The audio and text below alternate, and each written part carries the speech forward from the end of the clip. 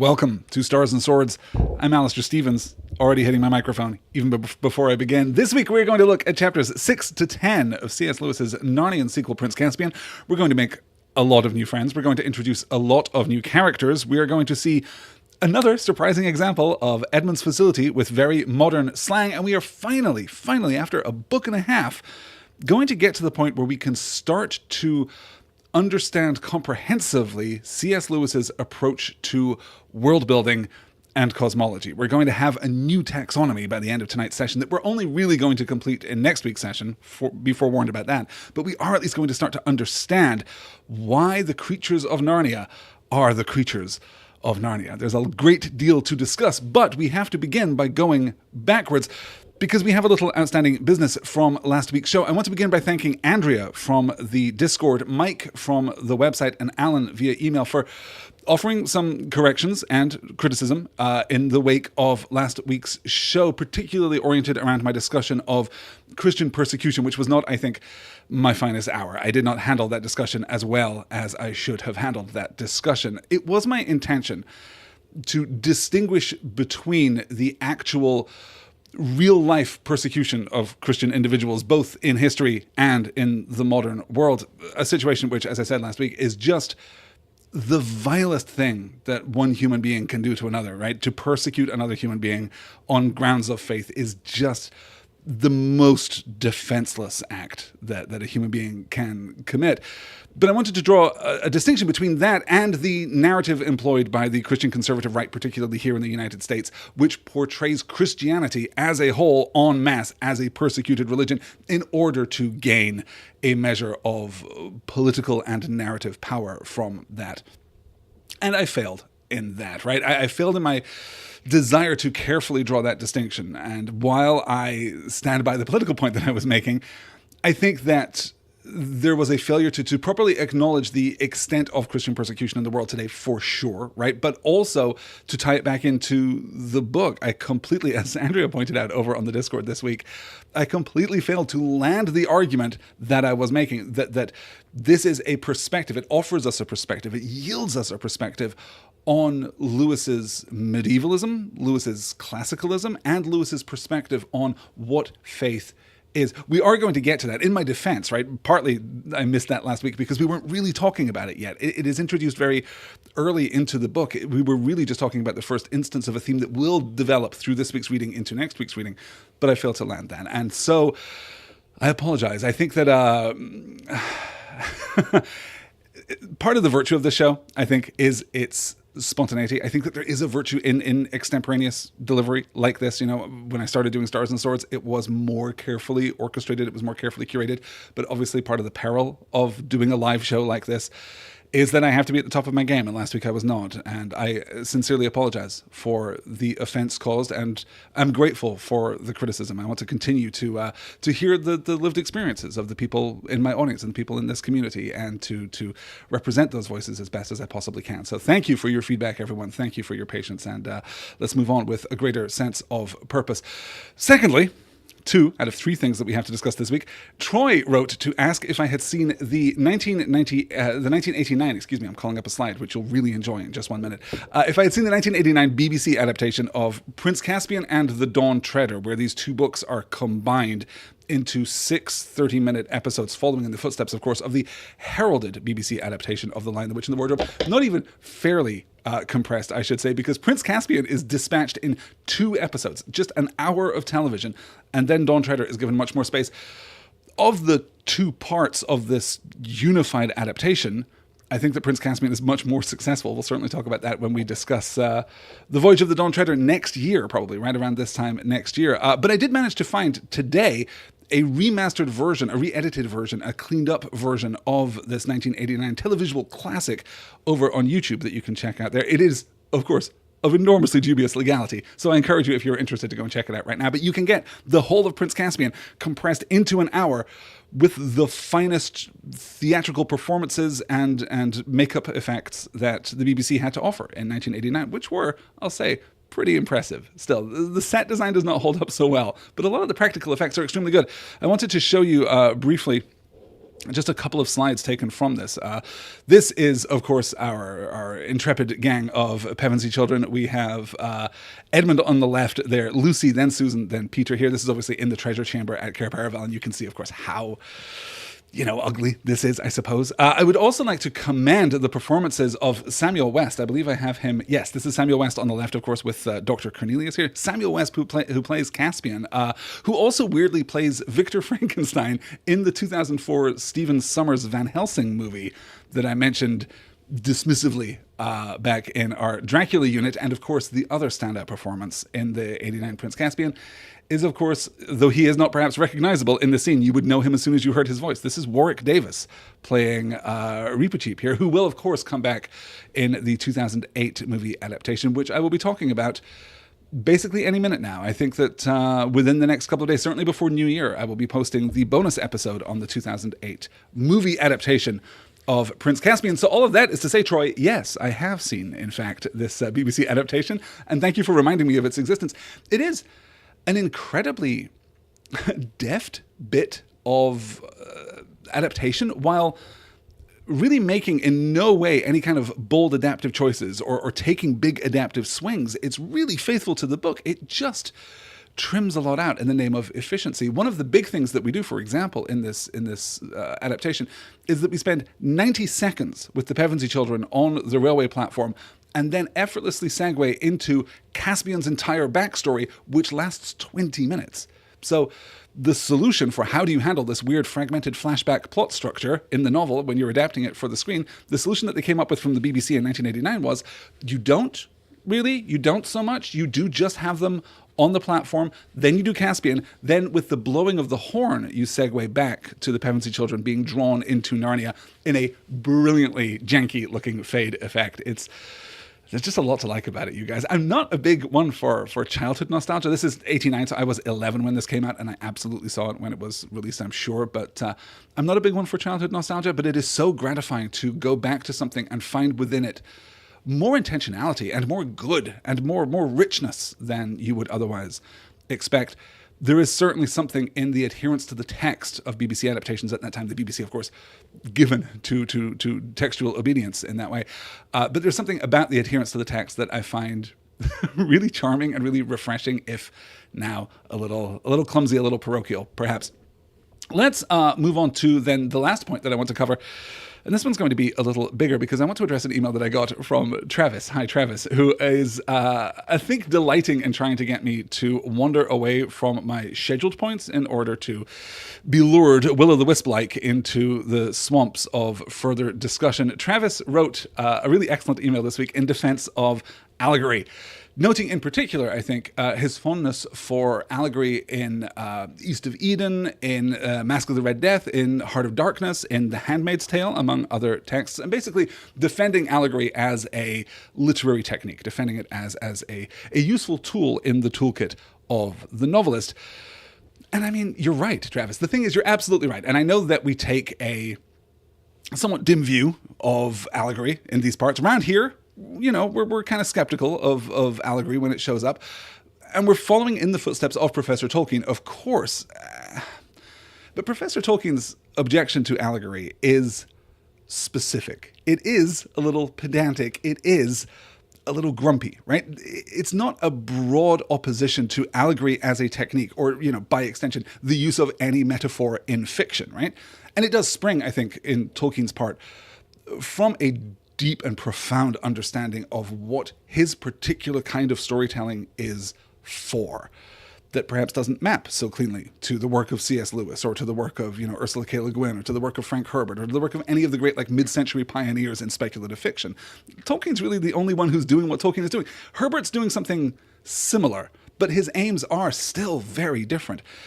So Tolkien's bias against allegory manifests as a very hard line stance, and it requires a little bit of semantic isolation, a little bit of real pedantry. Let's take a look. In fact, I've pulled the slide here, of course, because I pulled the famous slide from the second forward, or the forward to the second edition, of The Lord of the Rings that's published in 1966. And I've pulled the paragraph that you're expecting me to pull, of course, but I've also crucially pulled the preceding paragraph, which really cues us to see this argument from Tolkien as being perhaps less a developed literary argument and more a personal argument in this moment, though I'm cautious even about saying that, honestly. Let's take a look at this. So this is from the foreword to the second edition of The Lord of the Rings. Quote, "The real war does not resemble the legendary war in its process or its conclusion. If it had inspired or directed the development of the legend, then certainly the ring would have been seized and used against Sauron. He would not have been annihilated, but enslaved, and Barad-dûn destroyed, but not destroyed, but occupied. Saruman, failing to get possession of the ring, would, in the confusion and the treacheries of the time, have found in Mordor the missing links of his own researches into ring lore, and before long he would have made a great ring of his own with which to challenge the self-styled ruler of Middle-earth. In that conflict, both sides would have held hobbits in hatred and contempt. They would not long have survived, even as slaves." So that is the preamble to the point that Tolkien makes, which is so often echoed, right? Quote, "Other arrangements could be devised according to tastes or views of those who like allegory or topical reference, but I cordially dislike allegory in all its manifestations, and always have done so since I grew old and wary enough to detect its presence. I much prefer history, true or feigned, with its varied applicability to the thought and experience of readers. I think that many confuse applicability with allegory, but the one resides in the freedom of the reader, and the other in the purposed domination of the author." So, what we're doing here is engaging in a little semantic two-step. We are doing what linguistics professors and professors of English in general love to do best, which is to draw extremely fine dividing lines between two things which appear to be extremely similar. Tolkien doesn't like the interpretation that The Lord of the Rings is an allegory for the Second World War, or the First World War, or anything else, because that was not his intention. His intention was to create a history of our world.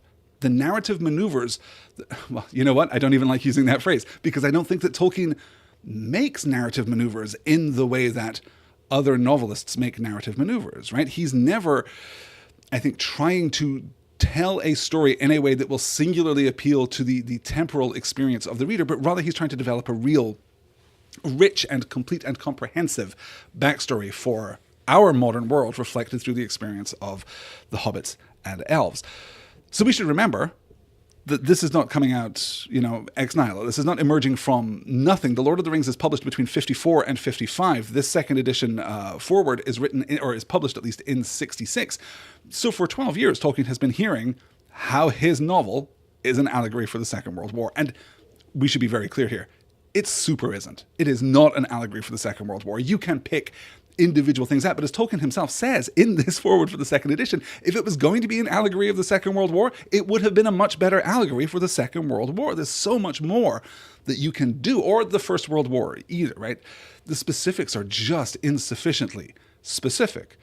So he is, I'm sure, exhausted and frustrated that his book is not being taken on its own terms, but rather as being seen as a codex that allows one to understand an underlying text, that is to say, the real history of the 20th century.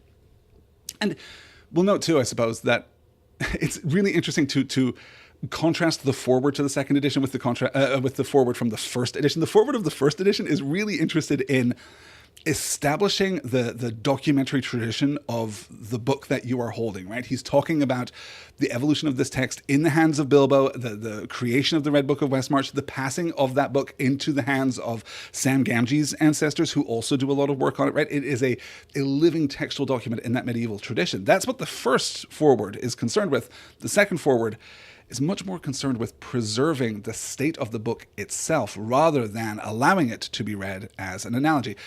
Unfortunately, Professor Tolkien is wildly unsuccessful. And if you go and look today on the internet go Google list of most common English language allegories, The Lord of the Rings is going to make the top of that list, even though it won't.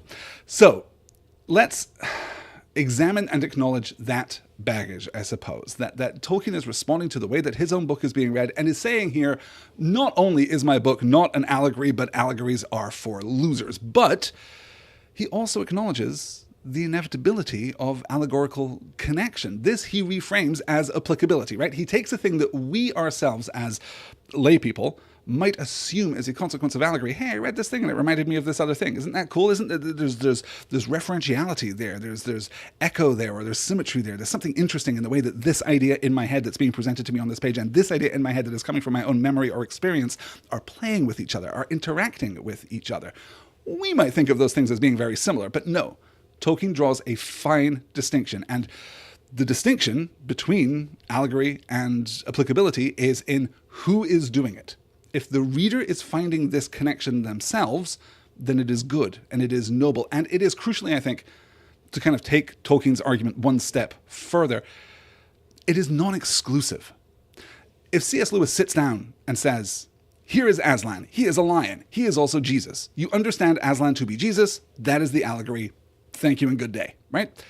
Then there's not only a purposed dominion of the author over the reader, right? The author is not only telling you to which connection to draw and how to think about it, he's saying that's the only valid interpretation.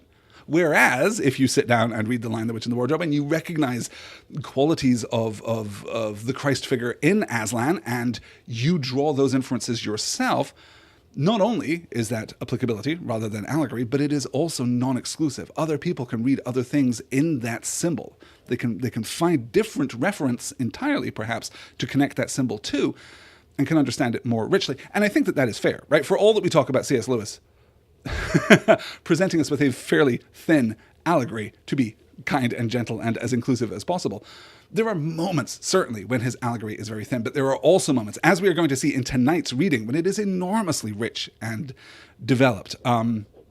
Because the truth is that I mean, it doesn't take a lot of analysis to understand that one of the ways in which Aslan and Jesus Christ are different, whether you believe in a divine Jesus or a historical Jesus or a mythological Jesus, right? However whatever perspective you take on the figure of Jesus Christ himself, we can all agree, I think, that he was not a big old lion.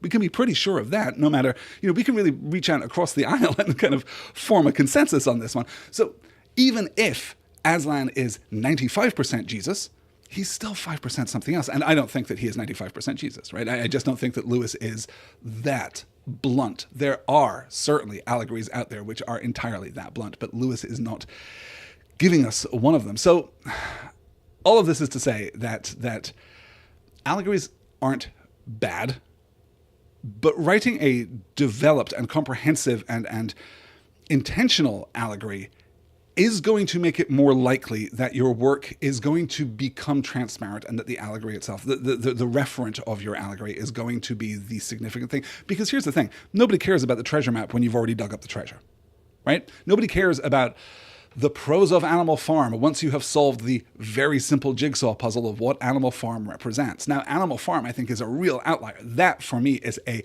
blunt allegory that really does leave the text with little to no purpose on top of your political understanding of what Animal Farm is really about. Nobody needs the treasure map when they've dug up the treasure. One final note on all of this. Thank you, Travis, for this. You play a dangerous game, my boy. You play a dangerous game. I could spend an hour doing this, as I have many times before and probably will many times again.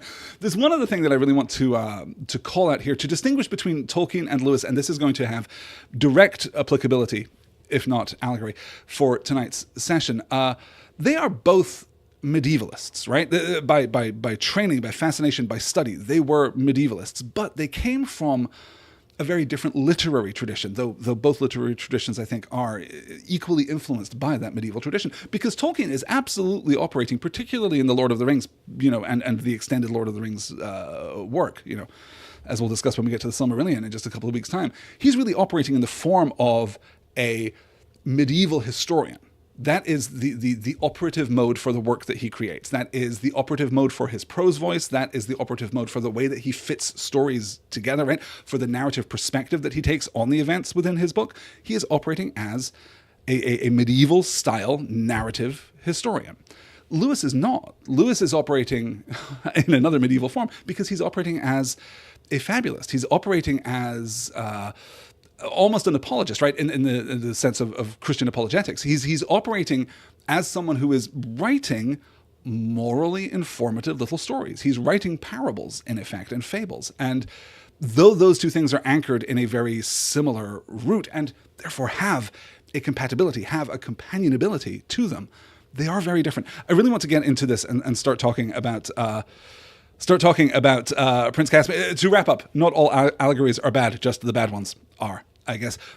And leave space for applicability. Leave space for your reader to come to your story with their own diverse experience, right? There is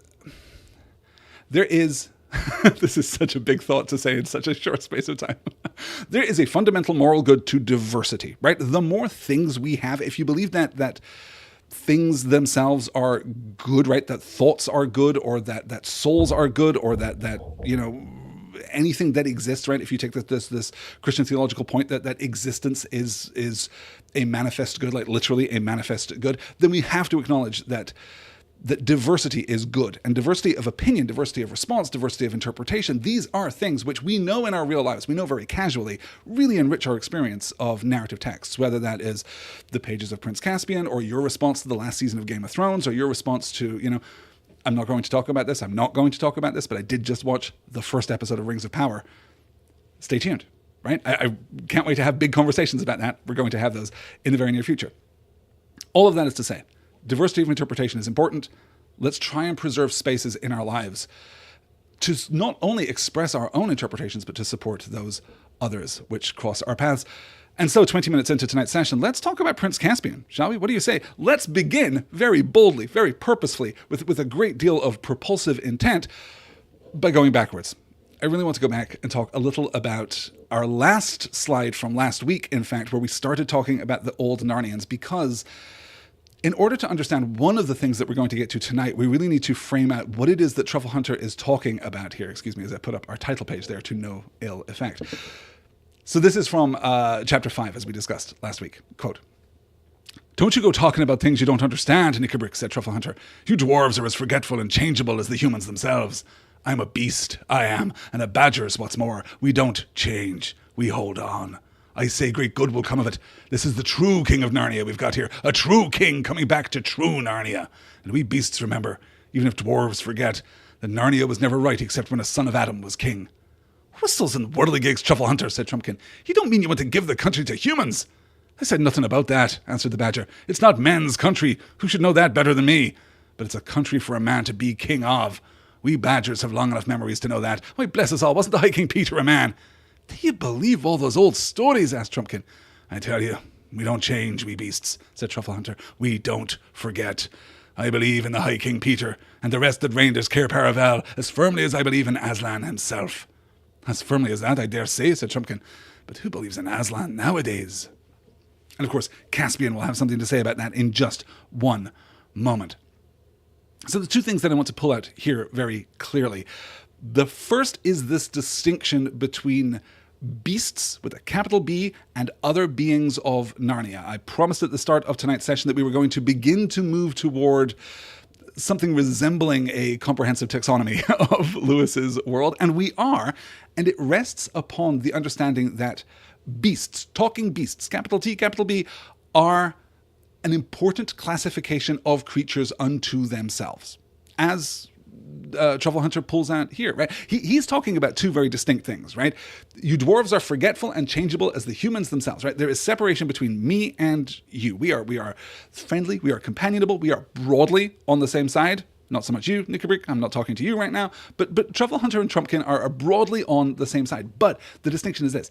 Truffle Hunter is a beast. He is a badger. What's more, you'll note that capital B that he pulls in there, right? He's not quite taking talking beasts, capital T, capital B for himself, but he is distinguishing himself very clearly and very powerfully from Trumpkin. And the nature of that distinction is important. We don't change. We hold on. We remember.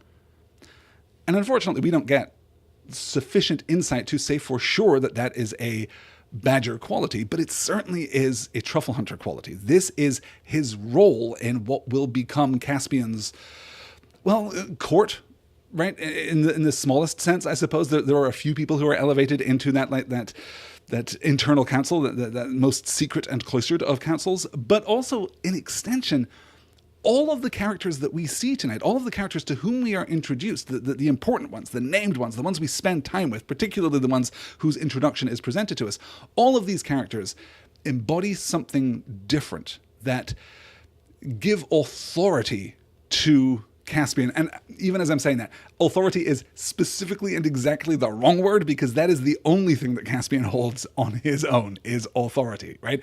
But in a broader sense, by rounding out the character pool that Caspian has available to him, we're really presenting a society, a culture, a court, yes, that has the necessary skills and traits.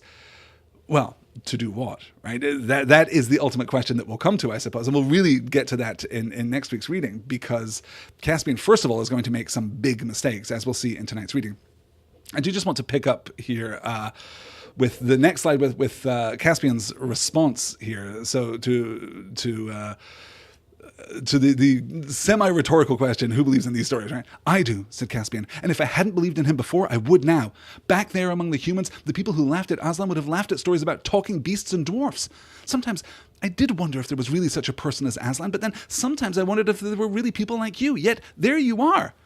That's right, said Truffle Hunter. You're right, King Caspian. And as long as you will be true to old Narnia, you shall be my king, whatever they say. Long life to your majesty. You make me sick, Badger, growled Nickabrick. The High King Peter and the rest may have been men, but they were a different sort of man. This is one of the cursed Telmarines. He's hunted beasts for sport, haven't you now? He added, rounding suddenly on Caspian. Well, to tell you the truth, I have, said Caspian, but they weren't talking beasts. It's all the same thing, said Nickabrick. No, said Truffle Hunter. You know it isn't. You know very well that beasts in Narnia nowadays are different, and are no more than the poor, dumb, witless creatures you'll find in Calormen or Telmar. They're smaller, too. They're far more different from us than the half-dwarfs are from you. So here we get two different perspectives on decline, right? The decline and fall of the beasts on the one hand, that they have been reduced to a dumb, insensate state where they can no longer communicate as they once did, and they are smaller. They are physically reduced in capacity and capability as well. So on the one hand, the beasts have diminished in the beasts, capital B, have diminished into the beasts, lowercase b.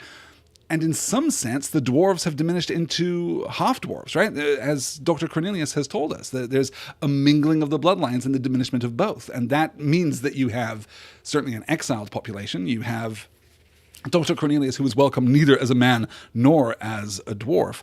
But you also lose something from the pure dwarven power, the pure dwarven heritage, right? He'll say several things about his grasp of magic or his sense of the world, right?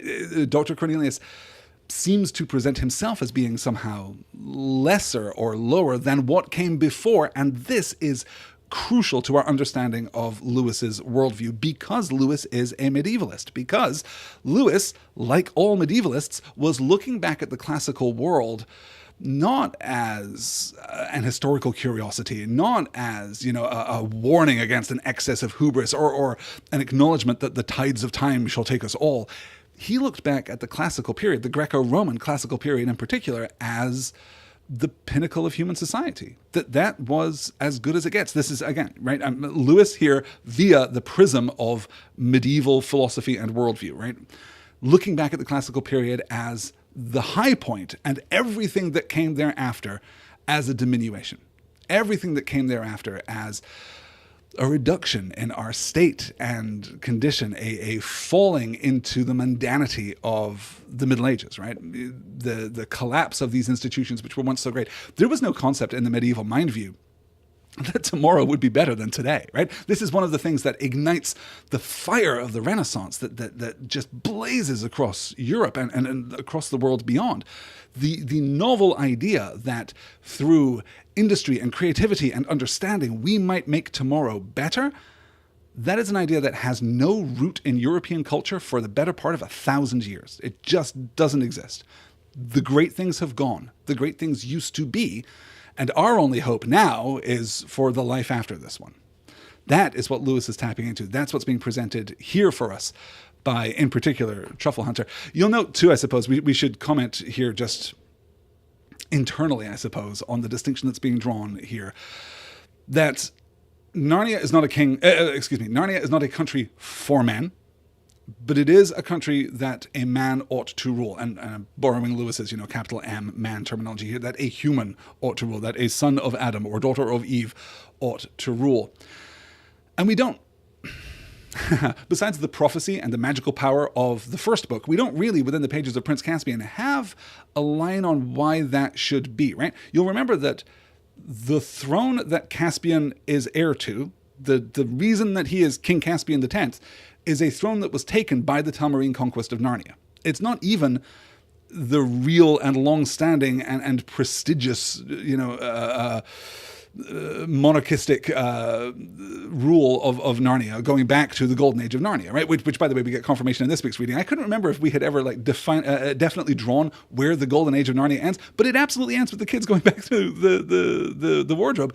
So it's 15 years. All of that prophesied golden era for the fine folks of Narnia lasts 15 years, and that was 1,300 years ago, right? So this is very kind of 1180 looking back at the great heights of Greece and Rome.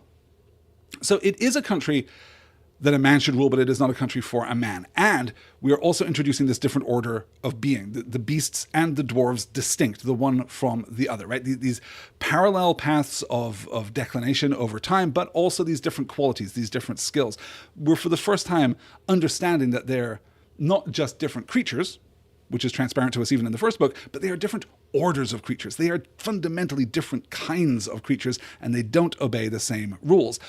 Now, we don't have enough to infer exactly what it is that Lewis is getting at here, but we can acknowledge, we kind of have to acknowledge the existence of a kind of hierarchy.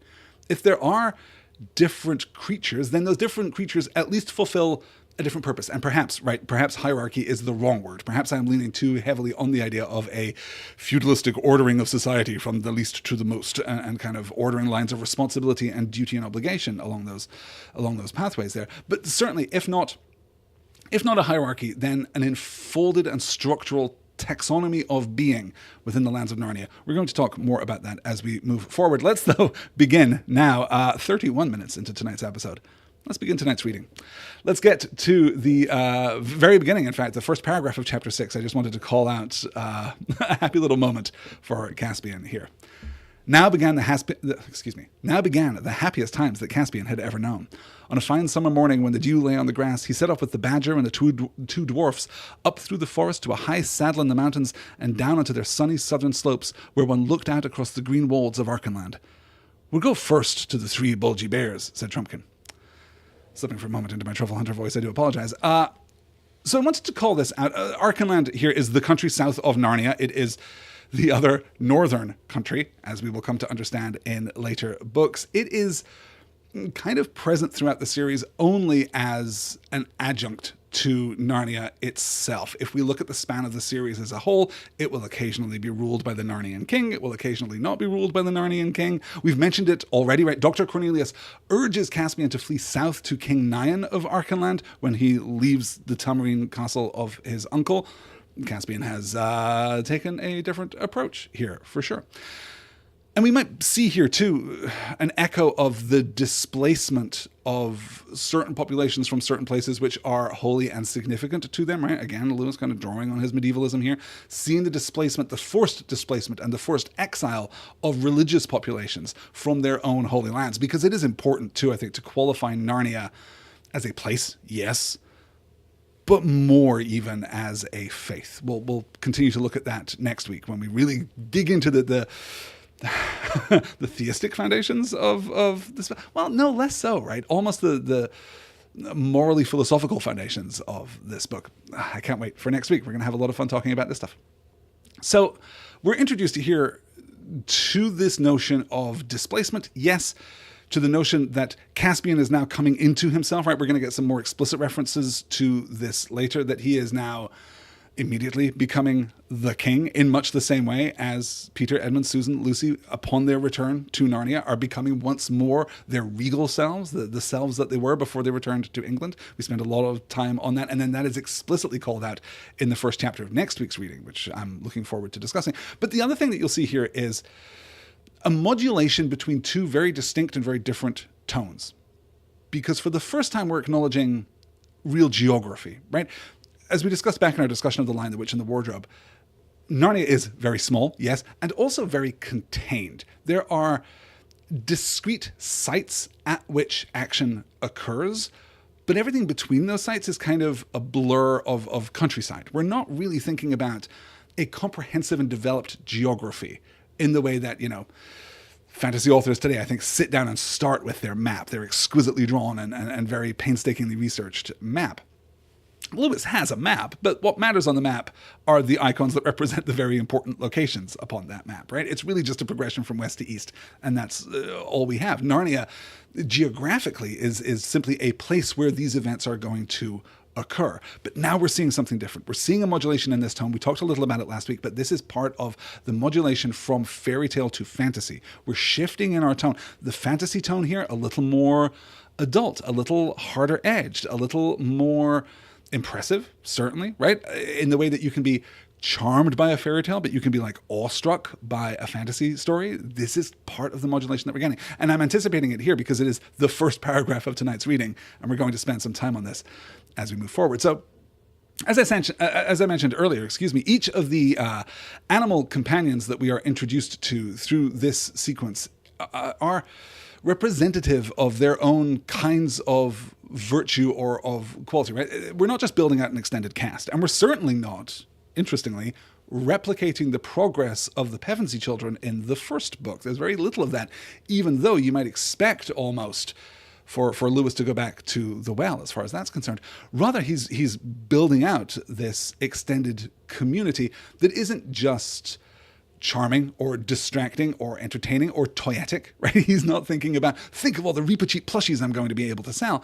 Instead, he is building out this moral schematic. He's building out a representation in character of what Caspian's army, as a force for good in the world, what the king's army ought to be.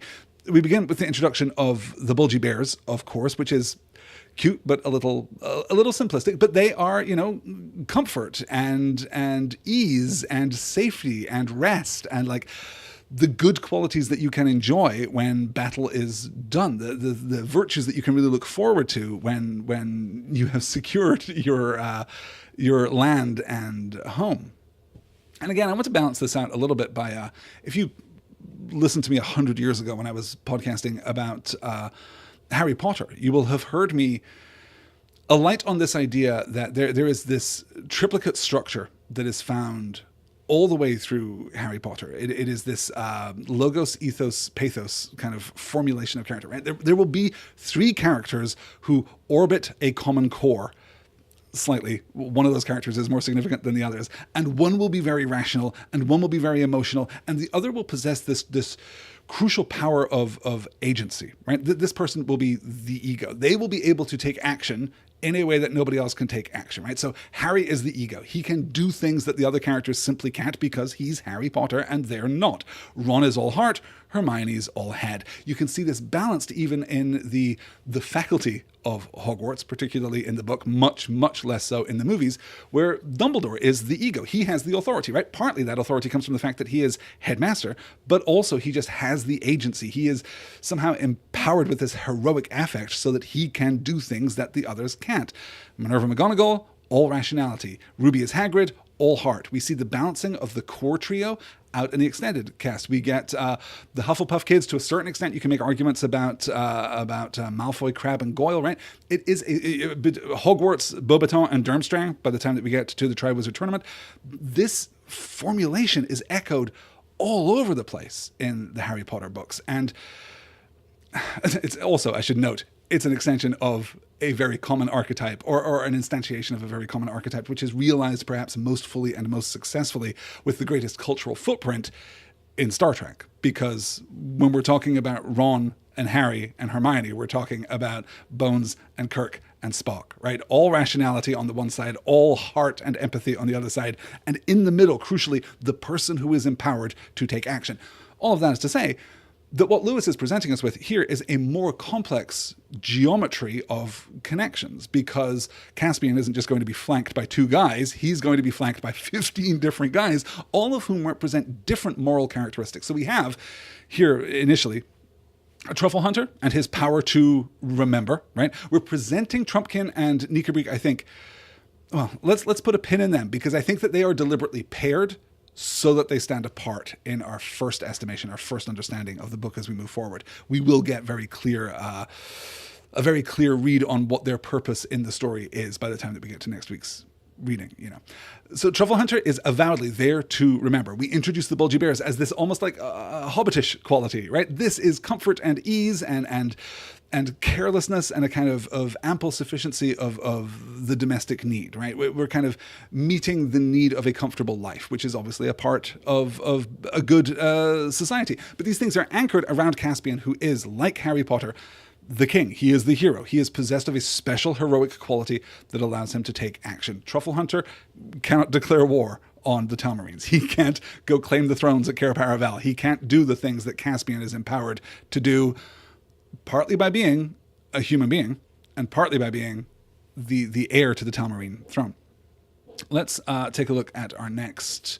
Am I skipping over? I guess I'm skipping over Patter Twig 2, right? The squirrel who is all agency, a kind of spontaneity, a kind of heedlessness, a kind of energy, a kind of action, right? Not the quality of action which Caspian displays, but rather just a restlessness and a need to do things, right? That's kind of how that's unfolded. You'll note the squirrel is red, like Trumpkin, unlike Nikabrik, who is a black dwarf. We're going to talk more about that in just a minute. In fact, let's talk about that right now, because following that, we're introduced to the dwarves en masse. It took some time to satisfy them that Caspian was a friend and not an enemy, but when they did, they all cried, "Long live the king!" and their gifts were noble. Mail shirts and helmets and swords for Caspian and Trumpkin and Nikabrik. The badger could have had the same if he'd liked, but he said that he was a beast, he was, and if his claws and teeth could not keep his skin whole, it wasn't worth keeping. The workmanship of the arms was far finer than any Caspian had ever seen, and he gladly accepted the dwarf-made sword instead of his own, which looked, in comparison, as feeble as a toy and as clumsy as a stick. The 7 brothers, who were all red dwarfs, promised to come to the feast at Dancing Lawn. A little farther on, in a dry, rocky ravine, they reached the cave of 5 black dwarfs. They looked suspiciously at Caspian, but in the end the eldest of them said, "If he's against Mraz, we'll have him for king." And the next oldest said, "Shall we go further up for you, up to the crags? There's an ogre or 2 and a hag that we could introduce you to up there." "Certainly not," said Caspian. "I should think not indeed," said Truffle Hunter. "We want none of that sort on our side." Nikabrik disagreed with this, but Trumpkin and the badger overruled him. It gave Caspian a shock to realize that the horrible creatures out of the old stories, as well as the nice ones, had some descendants in Narnia still. So, obviously, a great deal going on in this moment of combination and contrast, right? We meet the red dwarves, and they do take some convincing. They are, after all, still dwarves. They are stubborn. It took some time to convince them that Caspian was a friend and not an enemy. Just simply that, right? That he is on their side, nominally, whatever that might mean. But when they did, they all cried, "Long live the king," and their gifts were noble. They enrich Caspian and his companions with arms. And we can talk a lot, honestly. Yeah, maybe we'll circle back to it even at the end of tonight's session, because obviously we're going to face off son of Adam against Red Dwarf. There, we're going to and I guess daughter of Eve too against Red Dwarf. We're going to talk a little about martial power as a stand-in for righteousness in the pages of the Chronicles of Narnia, and certainly, yes, in the pages of the Chronicles of Narnia and in the pages of every single fantasy novel that has basically ever been published, unless it is deliberately a fantasy novel about how martial power is bad, and those are few and far between. It is the kid with the magic sword. It is the kid with the power to enact and control violence who is empowered in fantasy fiction. It is part of the speculative arrangement, the speculative schematic for fantasy fiction, as we understand it in the West, right? There are different traditions too, but when we're talking about Western European heroic fantasy in that Arthurian mold, right? The reason that Arthur is king is that he has the sword. I mean, that's not literally the reason, but by extension, it is the reason. If you are capable of wielding violence, then you are more empowered to dictate the course of history than any other character is. So the giving here of arms is not irrelevant. And of course, it ties us back to exactly the same kind of moral sanction in the first book when Father Christmas gives weapons to the Pevensey children. Weapons and healing abilities and a horn too, of course. But yeah, let's not forget the sword. That's what really stands out there. So the 7 brothers, who were all red dwarves, promised to come to the feast at Dancing Lawn. They are ultimately good. It takes a moment to convince them, but then they are actually convinced. Long live the king, they cry, and deliver the tools of state-orchestrated violence unto Caspian. But then when we get to the black dwarves, things are very different. They look suspiciously at Caspian, but in the end, the eldest of them said, if he is against Miraz, we will have him for king. We will have him for king is very different from long live the king, right? It is not the bending of the knee. It is not the supplication to proper authority. It is not the yielding to the proper social order here. It is resistance. There is something in the heart of the black dwarf, and this is, pulling carefully out here from what we've seen of Trumpkin and of Nikabrik too, of course. We see that opposition here represented more fully. And again, we're going to get to why that is much later. What's really interesting here is that we've continued the tradition from the first book of there being just bad creatures, right? There are ogres and hags up in the crags, and we want nothing to do with them. Let's move on, in fact, to the next slide where we pick this up more specifically. This is Truffle Hunter picking up from his opposition to hiring an ogre and a hag, or I guess multiple ogres and hags for the army. We should not have Aslan for friend if we brought in that rabble, said Truffle Hunter as they came away from the cave of the black dwarfs. Oh, Aslan, said Trumpkin, cheerily but contemptuously. What matters much more is that you wouldn't have me. Do you believe in Aslan, said Caspian to Nikabrik. I don't believe in anything, or anyone, or anything, said Nikabrik. That'll batter these cursed town-marine barbarians to pieces and drive them out of Narnia. Anyone or anything. Aslan or the White Witch, do you understand? Silence, silence, said Truffle Hunter. You do not know what you're saying. She's a worse enemy than Miraz and all his race. Not to dwarves, she wasn't, said Nikabrik. So we're not just talking here about goodness and badness, the way that we kind of did in the first book, right? We're not just talking even about, obedience and rebellion? We're talking about something much more fundamental than that. We're kind of talking about the difference between the right way of doing things and the wrong way of doing things. We're talking about the correct social order and pragmatism. We're talking about self-regard and the selfless integration to, the surrendering of the self in the name of an ordered society. Let's get to Glenstorm, actually, because this continues quite pleasantly. We then meet Glenstorm, the centaur, and his 3 sons. We've seen centaurs before. 4 of them stand in attendance at the introduction of Aslan, at Aslan's How, at the stone table, of course, which we'll get to in just a bit back in the first book. And they fight in the battle against the White Witch, but it is not as simple as that, because we might have ogres and hags on one side, and we might have badgers and bears on the other side, but it's not as simple as good or bad. This is from the end of The Lion, the Witch, and the Wardrobe. This is from the end of chapter 17. Quote, So the children sat on their thrones, and scepters were put into their hands, and they gave rewards and honours to all their friends, to Tumnus the fawn, and to the beavers, and giant Rumblebuffin, and to the leopards, and the good centaurs, and the good dwarves, and to the lion. And that night there was a great feast in Cair Paravel, and revelry, and dancing, and gold flashed, and wine flowed, and answering to the music inside, but stranger, sweeter, and more piercing came the music of the sea people. The good centaurs and the good dwarves, right? We've drawn this distinction many times before, that there are categories of creature in Narnia which are simply good. There are categories of creature in Narnia which are simply bad. And there are categories of creature which can be either. It's still a fairly elementary moral schematic. The creatures who are good are generally very good, and the creatures who are bad are generally very bad. But there is still at least room for speculation when you were talking about dwarves and centaurs.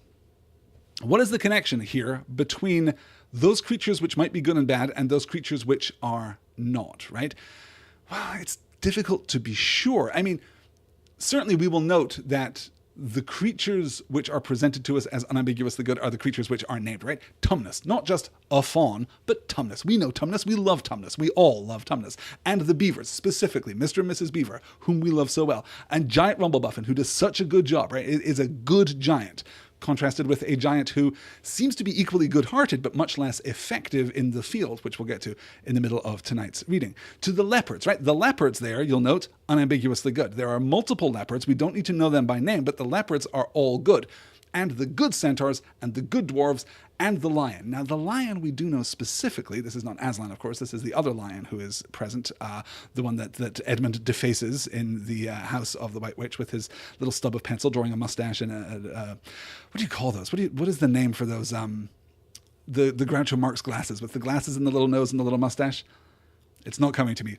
Email me, starsandswordspod@gmail.com. Head on over to the website, starsandswords.com, and tell me what are those things. They have a proper name. It might come to me later in tonight's session, but now it's starting to feel like maybe it won't. I will maybe just add it to the show notes and we'll go forth from there. So the categories of creatures, right? The lion is good, but yeah, we know that lion. So the only example that we have of a group of creatures, all of which are good, are leopards. Then we have the centaurs. We're distinguishing good centaurs from bad centaurs, so therefore some of them must be bad. And dwarves.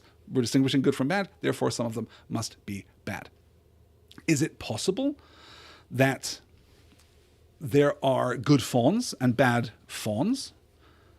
And we ask that question because of the categorical similarity between Tumnus the faun and whichever good centaurs were fighting on Aslan's side and the children's side during the battle against the White Witch, right? Because these are creatures of classical myth. These are creatures of Greco-Roman antiquity. These are not talking animals. The talking animals seem to be springing forth from a much more this is one of the most stretched forms of this word you will ever hear, but right, a much more medievally contemporary kind of understanding of the world. That, it seems to me, is where the taxonomic divide occurs. And we'll, we'll spend some more time with that as we move forward, but I wanted to introduce it here just to kind of get you thinking about where the tradition of these creatures comes from, right? Let's move into Glenstorm's actual introduction, because this, I think, is fascinating. Do you mean a real war to drive Miraz out of Narnia? Said Caspian. What else? Said the centaur. What else does your majesty go clad in mail and girt with sword? Is it possible, Glanstorm? Said the badger. The time is ripe, said Glanstorm. I watch the skies, badger, for it is mine to watch as it is yours to remember. Tarva and Alambil have met in the halls of high heaven and on earth. A son of Adam has once more arisen to rule and name the creatures. The hour has struck. Our council at the dancing lawn must be a council of war. He spoke in such a voice that neither Caspian nor the others hesitated for a moment. It now seemed to them quite possible that they might win a war, and quite certain that they must wage one.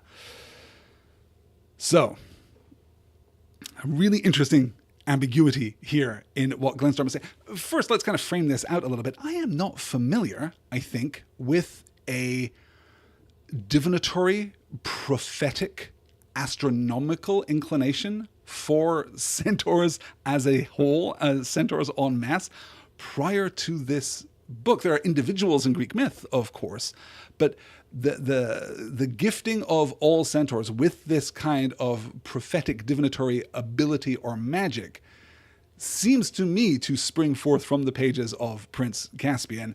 It will then, of course, be taken up relatively successfully. I know we don't say things about J.K. Rowling these days, right, because of her absolutely reprehensible personal politics, but I do think that her depiction of the centaurs of the Forbidden Forest are... I think that is one of the most effective representations of non-human societies that she gets to in her series. That is a, wow, shockingly low bar. But, I think that everyone is a little charmed by the Harry Potter centaurs. And I think that JKR is absolutely indebted to this reading of centaurs that we get here from Glenstorm. Also, interestingly, centaurs are a category of planetoid which orbit between Jupiter and Neptune, right, between the outer gas giants in our solar system. The first was named in 1977, so a long time after Lewis wrote this. The famous Chiron, right, the mentor of Achilles and Jason in Greek myth. There are, I don't know, a half a dozen centaurs orbiting in that space. They now believe, I believe. Astronomers are now fairly certain, or so I have heard, that these are captured comets in semi-stable orbits out there in the outer fringes of the solar system, which is absolutely fascinating. The time is ripe, said Glenstorm. I watch the skies, badger, for it is mine to watch as it is yours to remember. So we're immediately explicitly introducing Glenstorm as a counterbalance for Truffle Hunter, right? Truffle Hunter remembers, he does not change, he does not change, excuse me, he is fixed. He is connected to the old ways. He has deep roots into the history of Narnia. Glenstorm, though, has his eyes on the sky. He is reading prophecy and divination and what is coming next. He has seen Tarva and Alambil, right? You'll remember the martial force and the peaceful force, right? The Mars and Venus of Lewis's world here, coming together in conjunction in the sky above the Tamarine castle that Caspian saw thanks to Dr. Cornelius. That apparently carried a great deal of meaning to it, as we speculated at the time that it must. And on Earth, a son of Adam has once more arisen to rule and name the creatures. Well, boy howdy, there's a lot in that sentence, huh? You'll note, though there is a pleasant ambiguity here, on Earth.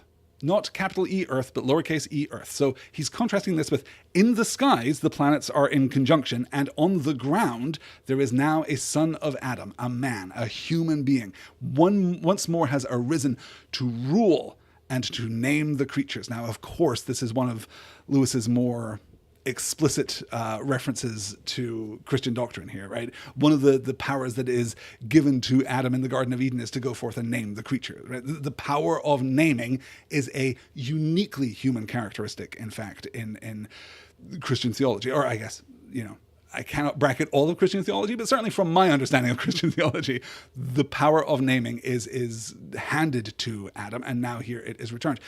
And that gives us the other side, I suppose, of our taxonomic distinction here, right?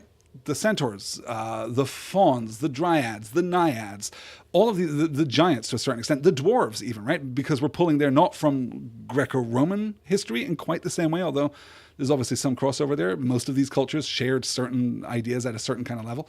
But we're pulling from Greco-Roman antiquity, but we're really pulling from all antiquity, right? If you fold in Norse antiquity to that, then we get our giants and our ogres, and to a certain extent, our witches and the other creatures too.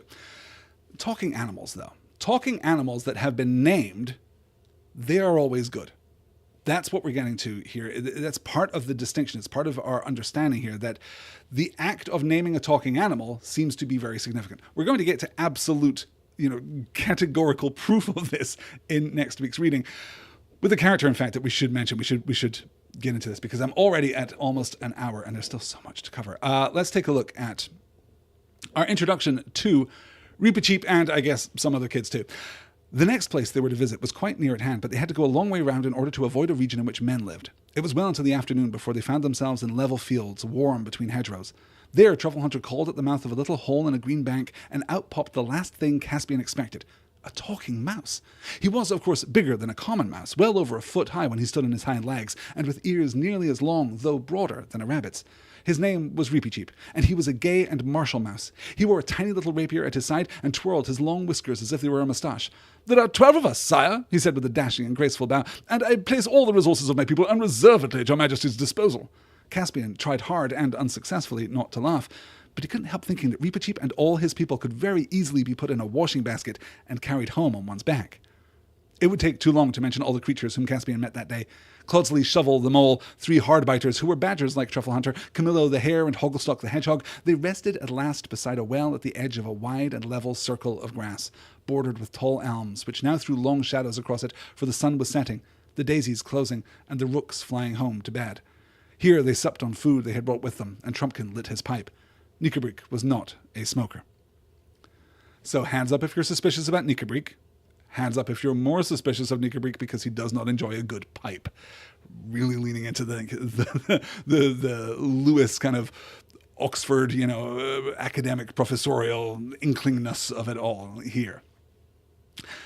So this takes us explicitly to, again, the naming of the animals, right? He is a talking mouse, capital T, capital M. And even though Caspian is skeptical of his ability, skeptical of his size more than anything else, I don't think that the reader is positioned to feel that way. The reader is positioned to perhaps be rather struck by Reepicheep and his courtly, dashing ways, right? The way that he's introduced. He was a gay and martial mouse. He wore a little rapier at his side and twirled his long whiskers as if they were a moustache. With a dashing and graceful bow, he greets Caspian.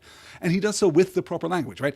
Reepicheep here, if we are extending out this moral framework amongst Caspian's companions, Reepicheep is courtliness and elegance. He is the knightly archetype. He is the archetype of the character which which Lewis believes to be most important in, like, I guess what, fantasized Christian doctrine, right? As an exemplar of what is good and noble about the follower of Christ, right? Lewis believes that that is most perfectly encapsulated in the figure of the knight. And now here is Reepicheep. And we're obviously leaning on the fairy tale comparison here, that he's small and Caspian's going to be dismissive of him. But, you know, Reepicheep's maybe going to turn out to be a valuable ally. And then, of course, we get the other animals too, right? And Clodsley Shovel is a great name for a mole. I think that's one of the more successful names that Lewis uses. It all works rather well. And I guess we don't have enough just yet to talk about how this gives us insight into what is happening under the surface of Narnia. We'll get to all of that. The other thing that we have to acknowledge as we move here into a more complex opposition between the natural and the unnatural worlds of Narnia, right? Between the beasts and these creatures of antiquity. Truffle Hunter here refers to the dryads and the naiads, right? We get the spirit of the wood and the water, respectfully. We have here on the Dancing Lawn the actual return of fauns. We get this wild party, which is, you know, pagan and ancient and does not conform very well to Christian readings of this book. Certainly, if you are inclined, as I'm inclined, to go and read the work of Christian critics of the Narnia series, you will find people just contorting themselves into impossible shapes to try and reconcile all of this stuff with a very kind of strictly modern, bowdlerized, safe, clean, all ages kind of reading of Lewis's worldview. We'll maybe talk a little bit more about that as we move forward. But all that's important for us to recall now as we move into chapter 7 is that we are almost outright acknowledging these three different categories of being. The creatures of classical antiquity, the named beasts, the talking beasts, and the sons of Adam and daughters of Eve. So in chapter 7, Caspian is about to address his own small army when Dr. Cornelius shows up, is greeted by Caspian as though they haven't seen each other in ever so long, even though it's been, I think, 2 days at this point.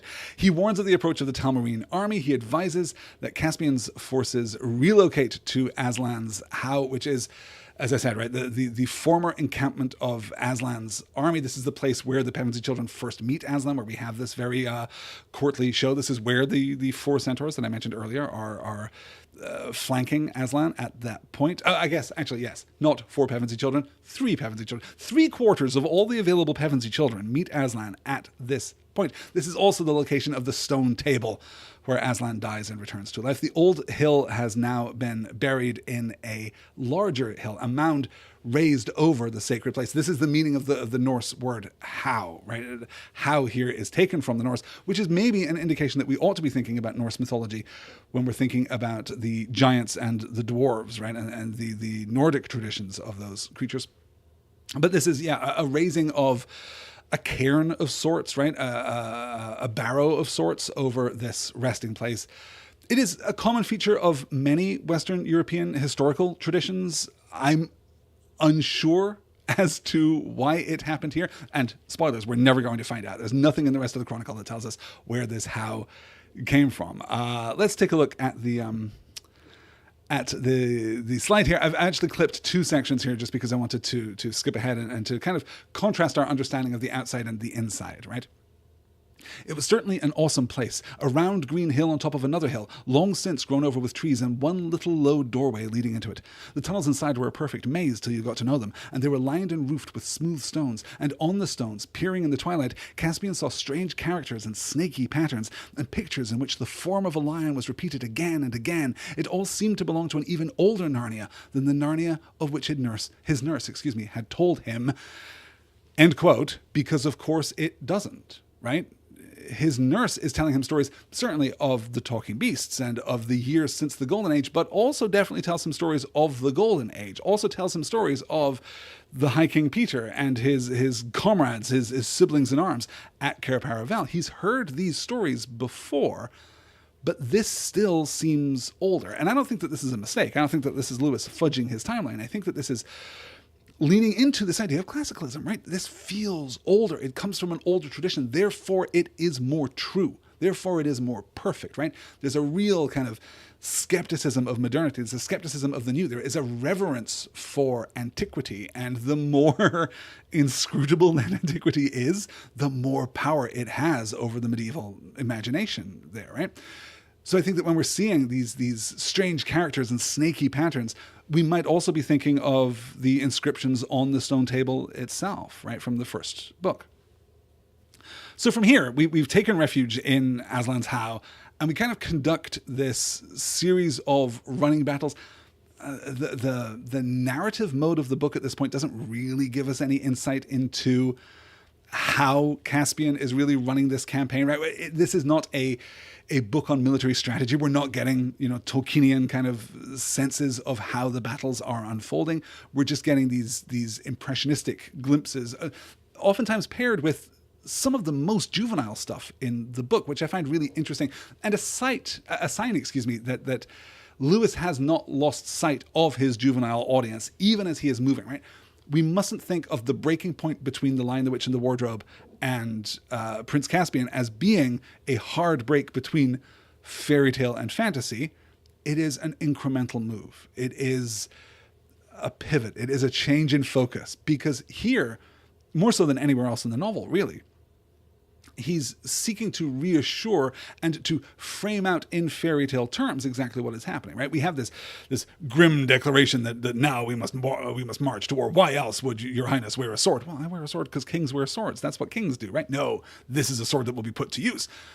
And we have the acknowledgement here that the last battle, that all kind of falls apart, that everyone is bleeding, that no one is uninjured in Caspian's army at this point, that this is real and painful and grim. But then we seat it in the silliness of the giant, right? Kind of crying these huge sobbing tears, kind of racked with guilt and shame for his failure during the battle, and washing out the mice down below, who are then squeaking so loudly that the other people in the camp complain that they're making too much noise. So the giant goes off and steps on a fox's tail and is bitten, right? It's sad. It's weirdly melancholy, but it's a comedic kind of tragedy, right? We're kind of playing it in a lighthearted way. At least we are keeping the emotional stakes of this sequence in a juvenile sphere. I think we're keeping them accessible to the children still reading this book. Let's go back, in fact, and take a look at the... here we are. I moved that button, and now I'm hitting it all the time. So forgive me if I just keep showing you the title of this week's session for just a moment before we go back to the slide. This is from after that ruinous battle, right? So we come from the rain falling outside and everyone being just miserable and cold and hopeless, and the war looking as though it is lost already. We transition into this. But in the secret and magical chamber at the heart of the How, King Caspian, with Cornelius and the Badger and Nikabreek and Trumpkin, were at council. Thick pillars of ancient workmanship supported the roof. In the center was the stone itself, a stone table, split right down the center and covered with what had once been writing of some kind. But ages of wind and rain and snow had almost worn them away in old times when the stone table had stood on the hilltop and the mound had not yet been built above it. They were not using the table, nor sitting round it. It was too magic a thing for any common use. They sat on logs a little way from it, and between them was a rough wooden table on which stood a rude clay lamp lighting up their pale faces and throwing big shadows on the wall. So we move into this cloister, right, where we're inside, we're not just in a sacred space. We're not just in a place which is paradoxically a remnant of the old world and a sign and symbol of the new world, right? This is a place which used to be exposed on the hilltop and is now itself shrouded. And it's a respectful shrouding, right? It's a how that has been raised in order to guard and protect this place and also to kind of demarcate its spiritual significance. It's possibly magical significance, as the word is used right here in the paragraph. But it has therefore been changed, and now we are at the table with this lamp that is throwing these huge dark shadows behind us as we consider what is to come next. What comes next, of course, is Caspian hearing Cornelius's counsel about blowing Susan's horn at long last. And we have this interesting back and forth. And I must confess that I haven't quite, I think, dug down into it, except that I wonder to what extent it is a reflection of Lewis's own inclination toward taking action or failing to take action, of demonstrating a certain resistance, a certain hesitation, perhaps, in his daily life. Because we have this moment where Caspian is fretting over, well, if I use the horn now, what happens if I need to use it tomorrow? Completely avoiding the question of maybe you could just use it tomorrow again. I don't think that, like an item from Dungeons and Dragons, this thing has 3 charges or D3 charges, and that's it. Instead, he's waiting for something, and I don't have a satisfactory answer for what he is waiting for, essentially. I don't know if this is just a narrative maneuver to increase tension, if we're just waiting for the right time. I cannot completely explain why it is that Caspian is hesitating here, particularly when Dr. Cornelius, right? As soon as Caspian decides that he's going to blow it, Cornelius is just completely on board. He says, yeah, absolutely, you should blow it. You should do it. This sounds good to me. We'll get to the blowing of the horn itself. Yes. Oh, in fact, did I not pull? It didn't. I failed to pull the slide here, excuse me, for the conversation that we have. Yeah, my next slide is, in fact, the blowing of the horn. So I'll just sketch this without showing you what it says on the page. Everyone reach now for your copy of Prince Caspian, which I'm sure you keep by your elbow at all times. We have this confrontation here between Trumpkin and Nikabrik, because Cornelius does this great, again, fantasy modality, right? Oh, you're going to blow this thing, and we don't really know what's going to happen, right? We are imbuing to the horn a state of complete and self-contained existence, right? It is a magical artifact that we are not going to use in the way that we can use magical artifacts in the first book, right? We are going to employ this device that is going to do whatever it does, and then we are going to deal with the consequences. And that absolutely is another example of this movement from the fairy tale to the fantasy. This horn is not really of our story. It is of a different order of magic. So we don't know what it's going to do, but we should definitely dispatch people to the Lantern Wastes. They might, whatever happens, might happen in the Lantern Wastes. It might happen here, the most sacred spot in all of Narnia, or it might happen at Cair Paravel. So we should dispatch people and take care of business. So we have this moment where Caspian says, well, we need someone to go to Cair Paravel, and it's not going to be Truffle Hunter because, I'm sorry, I know that you would, but you were too slow. And Dr. Cornelius, I know that you would, but you were too slow. And Nikabrik says, well, I am not going. And Trumpkin takes offense at that, right? He draws the distinction between offering advice, offering what wisdom he has, and then following orders. These are two extremely different things, right? You can counsel your king, but you cannot disobey your king. This is not a conversation. This is counsel. And that absolutely roots, even before we have what will come to be Trumpkin's most important kind of moral evolution, I suppose, moral transformation later in the book. Before we even get to that, here he's demonstrating again that he is a good feudalist. He is a good soldier of the king. He is doing his duty. He will offer his counsel. He will speak plainly. He will speak clearly. He will speak truthfully. But then when the king makes his decision, he will do what he is told. And that is all the more important because he's able to have this opposition with the king, because there is a distinction between counsel and obedience or rebellion. You don't get to make that choice. You get to choose how you talk to the king, but you don't get to choose whether you do what you're supposed to do. So then we have the blowing of the horn, and suddenly we are back in chapter 8. I'll show you this slide right here. And so, said Trumpkin, for as you realized, it was he who had been telling this story to the 4 children, sitting on the grass in the ruined hall of Cair Paravel. And so I put a crust or 2 in my pocket, left all my weapons but my dagger, and took to the woods in the grey of the morning. I'd been plugging away for many hours when there came a sound that I'd never heard the like of in my born days. I won't forget it.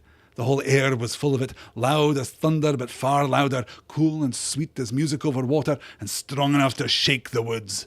And I said to myself, if that's not the horn, call me a rabbit. And a moment later, I wondered why he hadn't blown it sooner. What time was it? Said Edmund. Between 9 and 10 of the clock, said Trumpkin. Just when we were at the railway station, said all the children, and looked at one another with shining eyes. I mean, sure, it's nice to have validation. It's nice to know exactly how it was that you were pulled from your world, djinn-like, as we get in the discussion in a few moments, djinn-like into this other world.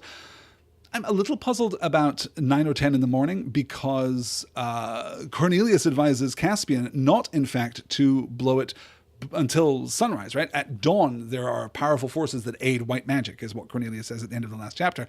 But then 9 and 10, are we supposed to think that this is, in the bleak midwinter, but there's no evidence of that in the rest of the book. In fact, there's counter evidence to suggest that it is in fact not wintertime here in Narnia anymore.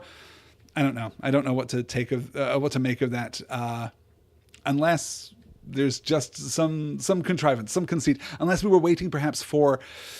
And, this is not impossible. I'm absolutely making this up. To be clear, this is not a literary theory so much as this is fan fiction that's happening right now. But you can imagine Caspian and Cornelia sequestered away in the heart of Aslan's How.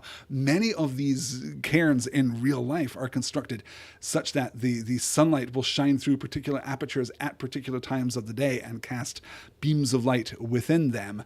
Perhaps that's what's happening. Perhaps there's a little, aperture at the between 9 and 10 o'clock height on the outside wall of Aslan's How, where on this particular day the sun will shine through and illuminate that central chamber with the stone table in it, banishing the dark shadows on the walls cast by the little ruddy lamp, and instead, providing a real illumination that is assigned to Caspian in that moment that he shall blow the horn. So I want to contrast this just a little bit with what we got in The Lion, the Witch, and the Wardrobe, because this is one of the more unusual and just bold instances of Lewis revising his approach fundamentally, right? Let's take a look here. And I've got the quote here from Prince Caspian that I just read. "A sound that I've never heard the like of in my born days. The whole air was full of it, loud as thunder, but far longer, cool and sweet as music over water, strong enough to shake the woods. And I said to myself, if that's not the horn, call me a rabbit," right? That's what we just heard from Trumpkin. In chapter 12 of The Lion, the Witch, and the Wardrobe, we get this. "And once more Peter said nothing, for at that moment a strange noise woke the silence suddenly. It was like a bugle, but richer. 'It is your sister's horn,' said Aslan to Peter in a low voice, so low as to be almost a purr, if it is not disrespectful to think of a lion purring." So on the one hand, it is this titanic, overwhelming, sweet and cool and wood-shaking sound, right? It is unmistakably the horn. But back in the first book, it's a bugle, but richer. It's much more understandable. It's not as innately magical at that point as an item, right? It is, of course, gifted by Father Christmas, and it is gifted with the understanding that if you blow it, help will come.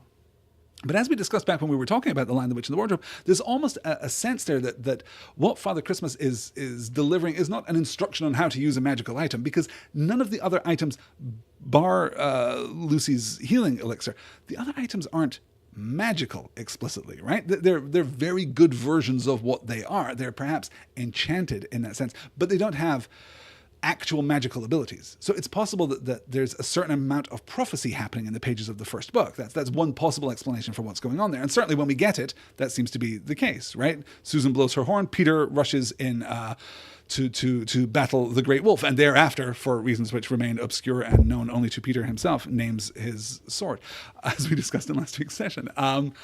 But here we get something that is far more explicitly magical. We get something that is far more powerful, and that's something of a loss as to understand exactly why that is. I'm not highlighting this, though. I want to absolutely emphasize here. I'm not highlighting this to nitpick. This is not, Stars and Swords CinemaSins edition. As much as it is, I think, an acknowledgement of Lewis's ongoing desire to keep magic magical. These things don't have to behave in the same way. They can behave, the same object separated by 1,300 years of experience, right? Can just do something different when it needs to do something different. This is a call that has to ring across all of Narnia, right? Trumpkin has to be able to hear it. It's part of what kind of motivates his trust and faith in the children when he finds them, right? He hears the horn. It's not just a coincidence that he stumbles across 4 kids hanging out in the ruins of Cair Paravel. He knows that the horn has sounded. He knows that things have changed in the world, and that becomes important. It provides a real kind of friction for him in terms of his emotional growth. So we can make all kinds of explanations, right? We can say that I don't know, Susan blew it differently, or it responded differently to her need on that day. Perhaps her need was not as dire as Caspian's need is in his moment of fear there back at Aslan's house, though I would dispute that. I think Susan was probably pretty afraid when she blew the bugle back in the first book. Or we can speculate about, 15 years of being owned by Susan, that perhaps it kind of grows greater in its magic. It is more powerful. It is a relic of the Golden Age, and things have changed within Narnia such that this object has now taken on more magic. We can speculate like that all day. And some of that speculation might be extremely rewarding, right? In exactly the same way speculating about little solar shafts cut into the exterior of Aslan's howl might be satisfying for some of us. Probably not all of us. I can't imagine that everyone's moved by that the way that I am. But hey, we can speculate along those lines as much as we like. But really, I think what we're seeing is a refusal by Lewis to allow the magic of his world to become programmatic, to become systemized in that Dungeons and Dragons way that we've talked about in the past, right? This huge influence of Dungeons and Dragons on fantasy writing that it encourages us to classify and categorize every single phenomenon which might occur in our fantasy world. I'm not going to go all the way down that rabbit hole again because we've still got so much more to cover. Just wanted to call that distinction there. Let's move on to a really charming moment where Trumpkin, who has heard the horn of the of Queen Susan and who has traveled to the ruin of Cair Paravel, who has been rescued from Tumerian soldiers here by the soldiers of the Seneschal by this unknown young girl who's a gifted archer, then kind of challenges them on who they are. I suppose you're the 4 children out of the old stories, said Trumpkin, and I'm very glad to meet you, of course, and it's very interesting, no doubt, but no offence. And he hesitated again. Do get on and say whatever you're going to say, said Edmund. Well, then, no offence, said Trumpkin, but, the king and Truffle Hunter and Dr. Cornelius were expecting, if you see what I mean, help. To put it in another way, I think they've been imagining you as great warriors. As it is, we are awfully fond of children and all that, but just at the moment in the middle of a war. But I'm sure you understand. You mean you think we're no good, said Edmund, getting red in the face. Now, pray, don't be offended, interrupted the dwarf. I assure you, my dear little friends. Little from you is really a bit too much, said Edmund, jumping up. I suppose you don't believe we won the Battle of Baruna? Well, you can say what you like about me, because I know there's no good losing our tempers, said Peter. Let's fit him out with fresh armor and fit ourselves out from the treasure chamber and have a talk after that. Lucy thereafter immediately understands what Peter is going to do, or at least that Peter has an idea, and that it is appropriate that they all be obedient to Peter in much the same way as Trumpkin was obedient to Caspian back at Aslan's How. And honestly, I think you can understand Trumpkin's perspective here, right? Again, we're asking for help. We did the desperate thing, right? Caspian held off for so long, and then he did the desperate thing and called for help. And, well, you all seem very nice, and thank you for rescuing me. But how exactly are you going to defeat the massed horde at Miraz's command? This is really just an opportunity, though, for us to get into our... Well, God, it's the closest I think we get to a Lewis-style training montage, right? We get the opportunity. Our new superheroes get to test their powers and probably look at their hands like, wow, did I really do that? Because we move into the duel sequence here, right? Peter's gambit is to clad everyone in arms and armor and then encourage Peter's gambit, it seems to be, is to challenge Trumpkin to a fight himself and thereby demonstrate his martial superiority as High King.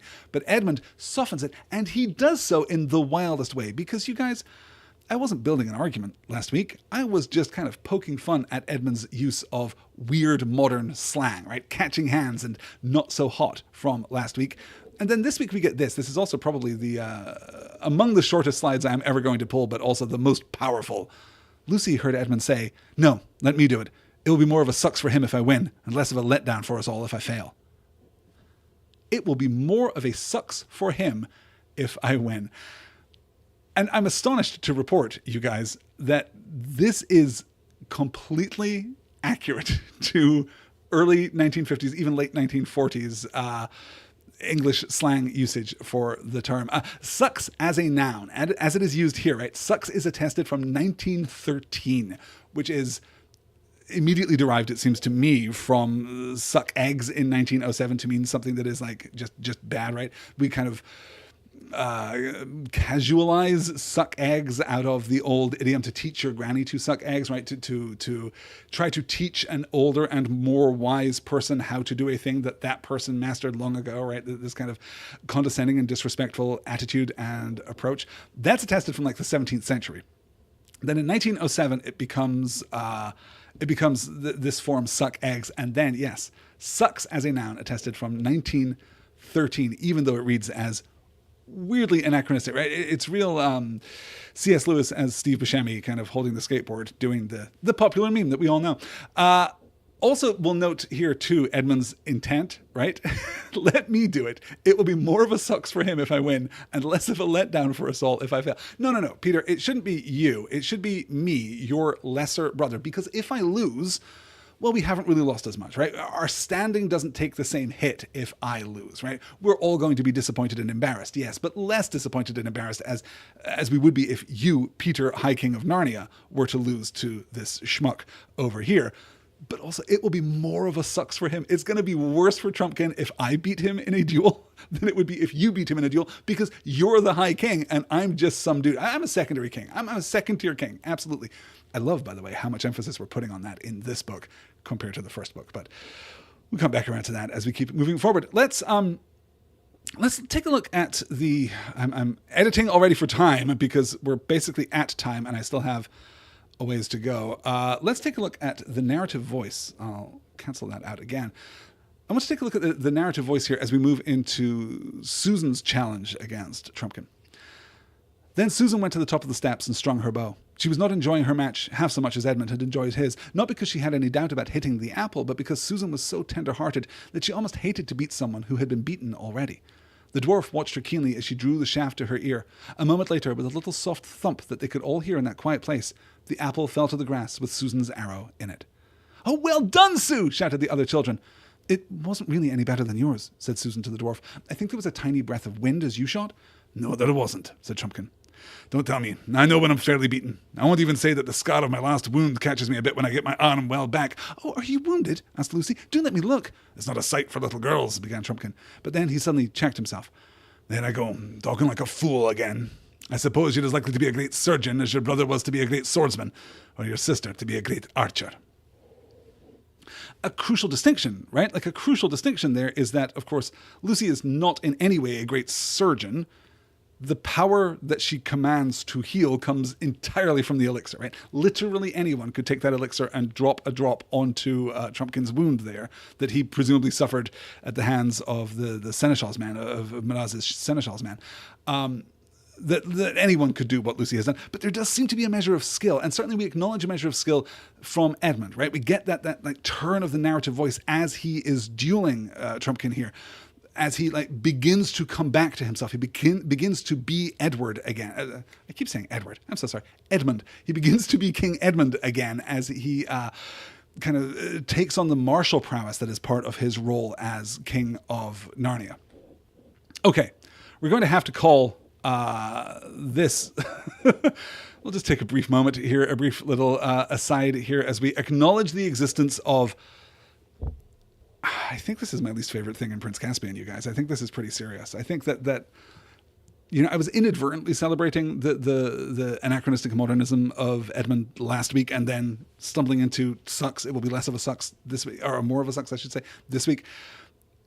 This is different. This is of a different order. This is, to me, is too modern, and it does not entirely work. If you have a different perspective on this, then please do let me know. I'm referring, of course, to our clumsy acronym here.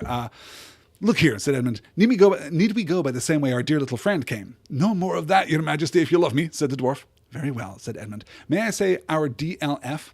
"Oh, Edmund," said Susan, "don't keep on at him like that." "That's all right, lass. I mean, your majesty," said Trumpkin with a chuckle. "A jibe won't raise a blister." And after that, they often called him the DLF, till they'd almost forgotten what it meant. And boy, they sure do often call him the DLF. We're just going to hit that joke for the rest of the book. And maybe it's just because... there are jokes that I could make right now. I think we all know that there are jokes that I could make right now, but then I'd have to click the little explicit button when I upload the podcast, and who has the time for that kind of shenanigan, It's clumsy. It feels too modern. It feels, to be more clear on this, and not just to make a value judgment, not to make a subjective value judgment, but actually, to take inspiration from Lewis in his mode as critic rather than his mode as author here, and to determine the formal clause. Wherein does its badness lie, right? As Lewis demands that we assert and discover in his essay on criticism. Wherein does its badness lie? This is the Pevensey children not playing by the rules of Narnia. they're not entering into the narrative mode of this land in which they have found themselves, which they do so effectively in the first book, right? Even to the end, as we get the kings and queens of Narnia venturing out after the White Stag, and they are talking in this faux Shakespearean, like high medieval form. They're doing all this Arthurian language because they're absolutely taking Narnia seriously. And I think that this is why I don't like Dear Little Friend DLF, is just because I don't necessarily buy that the Pevensey children would tug at the fabric of Narnia in quite that way, that they would assert their own modernity in quite that way. Your mileage may, of course, vary. But yeah, that's my read on DLF, I'm afraid to say. Okay, we are at fully 90 minutes. Let's see what we can do here to wrap up. We have, 2 more chapters to get to. We'll maybe try and get to one. Let's see if we can do 10 more minutes and maybe get to one here. We conclude this chapter with the juxtaposition, right? This is so great. And, to balance my criticism of Lewis with a great amount of praise for Lewis, I think that the end of this chapter is absolutely fantastic. We're all in the boat at last, right? Susan and Lucy are remembering the great times that they had during the Golden Age, sailing to, among other places, Terabithia. That is, in case you were wondering, the inspiration for Terabithia, the Catherine Patterson novel. But it is also taken from the terebinth, the turpentine tree that grows in the Mediterranean region. So Susan and Lucy are in the bow of the ship. They're taking it easy. They're drifting their hands in the water. They're seeing through the perfect clear blue water here. Susan remembers their ship, the Splendor Hyaline, right, which means glass-like. It means like this delicate, beautiful thing carved in the shape of a swan. And then we end the chapter with the reality, the physical demand of rowing, and Peter telling Lucy grumpily, though the narrator notes that he isn't cross with her at the time, that she is too small to help. We pivot from this fairy tale reminiscence, right? Do you remember when we went to all of the islands in our glass-like ship, the Splendor Hyaline shaped like a swan? Do you remember? Right? We're kind of echoing that recall, that recapitulation of Narnian fairy tale magic specifically that we discussed in last week's session, looking back to the magic of the first book too. And then we just come to this much more grim, much more real, much more difficult reality, right? There's something so safe about the first book all the way through.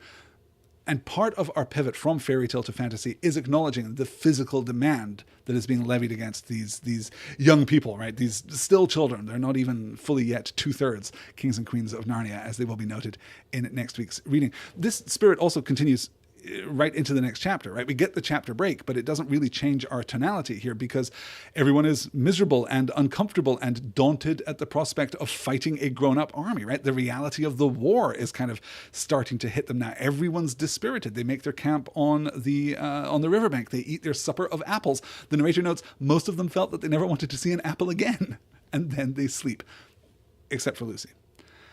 Because we're not just drawing this contrast between the fairy tale and the fantasy in order to move the position of the book, to move the perspective of the book, to tweak that narrative voice just so.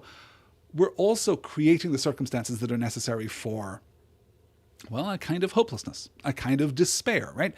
A kind of diminished and exhausted emotional state, which is going to be very important when we get to next week's reading. First, though, we have to look at Lucy and her nighttime walk. This is just magical, right? There's no other word for this, I think, other than magical. It's beautifully composed. We'll do the whole thing. As late as we are, we'll do the whole thing here.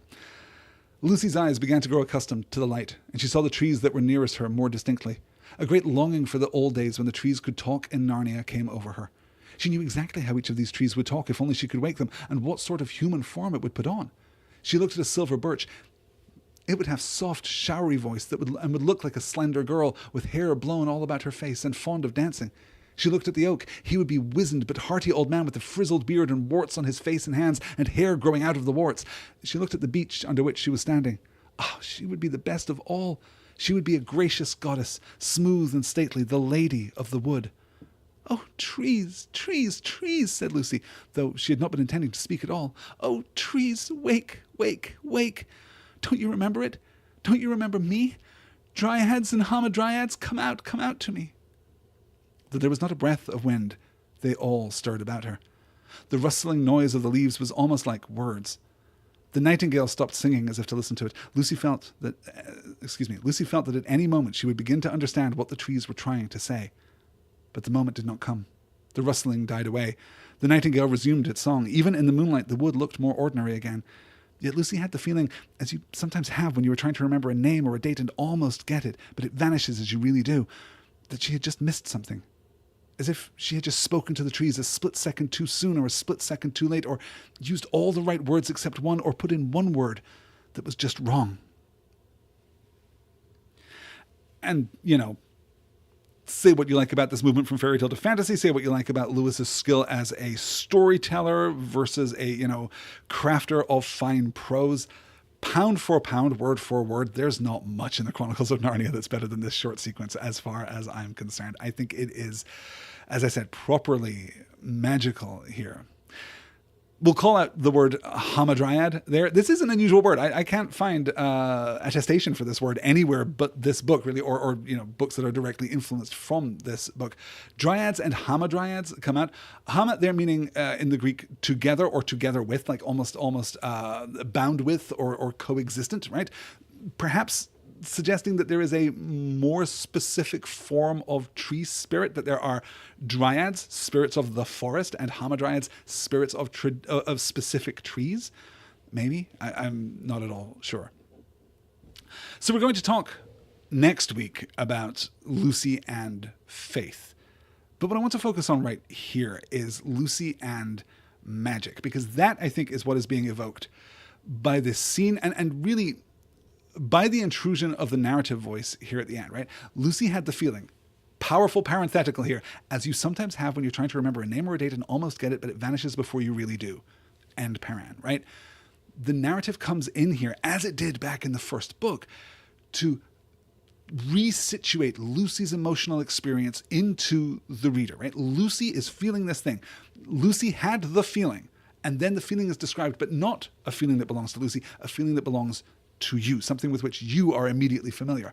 And that's used in the first book partly to kind of move the reader into the fictional frame, to kind of to give us a certain empathy here with Lucy, right? But here we are doing something else. It seems to me that we are echoing something more universal. And I'm interested in various interpretations of the sequence. Obviously, it is dreamlike, right? It is avowedly dreamlike. The narrative voice focuses on the fact that it suddenly feels weird and dreamy and not quite real.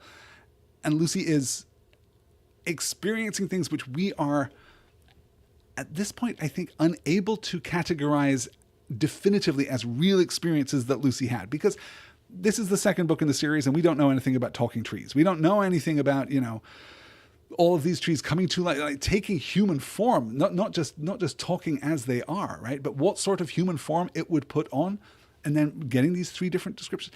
It feels magical. It feels dreamlike. It feels more like fairy. Are we open to speculation that this is in fact not a thing which is happening to Lucy? Are we open to speculation that this is in fact just a dream? That doesn't mean, of course, that it isn't true, or that it isn't important, or that it isn't powerful. Are we reading this as a disconnect between Lucy and Narnia? Are we reading this as just simply a symptom of there being something wrong in Narnia? Or are we looking at this as a more universal metaphor? Is this the loss of innocence? Is this the time that has passed in the year for Lucy since she last stood in Narnia? That some things have been lost, right? We begin the sequence by looking up at the constellations, which are still there, which are still present, which are still true, which are still crucially recognizable, right? She identifies the three constellations of the summer sky that she knows. And then she goes off and has this very dreamlike transition. And I wonder if this is Lewis talking about becoming too old for fairy tales, right? You'll remember the inscription from The Lion, the Witch, and the Wardrobe that you become too old for fairy tales and then you become old enough for them again. And that Lucy is perhaps now, Lucy, tragically, the youngest of all, is perhaps now leaving this kind of magic behind. Let's keep going. Let's push on just a little further. We discuss our course. We get this moment. Susan's worst moment in this week's reading. Edmund's worst moment in this week's reading, too, as Susan points out that she does not know where they are going and honestly thought that they shouldn't have taken the river anyway. and everyone's just being a little bit petulant and a little bit pissy with each other at this point. Edmund critically observes that girls don't carry maps in their heads, which I pause to observe only in as much as it's another data point. I do think that there's maybe some kind of graph that we can put together with trying to understand, trying to distill out the significance of every Susan moment, all of the many bad Susan moments, and trying to correlate how much of that is Susanness and how much of it is Lewis's take on femininity, right? I think that there's maybe something that we can do with that. It would necessarily be enormously speculative. We've got a short slide here with the bear as the boys go off after the bear. The boys go off and tackle the bear. Trumpkin, in fact, shoots the bear and then encourages them to skin it and to take the meat. And Susan leads Lucy away from this macabre and grisly affair. "Let's go and sit down a far way off," said Susan to Lucy. "I know what a horrid, messy business this will be." Lucy shuddered and nodded. When they sat down, she said, "Such a horrible idea has come into my head, Sue." "What's that?" "Wouldn't it be dreadful if someday in our own world, at home, men started going wild inside, like the animals here, and still looked like men, so you'd never know which were which?" "We've got enough to bother about here and now in Narnia," said the practical Susan, "without imagining things like that." So when we talk about the heavy fist of irony, of irony, right? The heavy fist of ironic allegory here, right? Really leveraging the contemporary reader's immediate familiarity with the Second World War, right? We can separate out a little, though not too much, I guess, the immediate experience that would have been had by the juvenile reader of Prince Caspian upon its publication. This is heavy-handed. This is some moralizing allegory, really, I think, that doesn't quite bear the weight of its own scrutiny, right? Because this isn't what happens in Narnia, right? Lucy speculates on this dreadful affair. Wouldn't it be dreadful if someday in our own world, at home, men started going wild inside like the animals here and still looked like men, so you'd never know which were which? Well, okay, that would be terrible. We can absolutely co-sign that. We can stipulate that is true. That would be a terrible thing if it happened. But that's not what has happened in Narnia, right? Because there are two crucial distinctions between the bears, talking bears, and the bears, lowercase b, wild bears.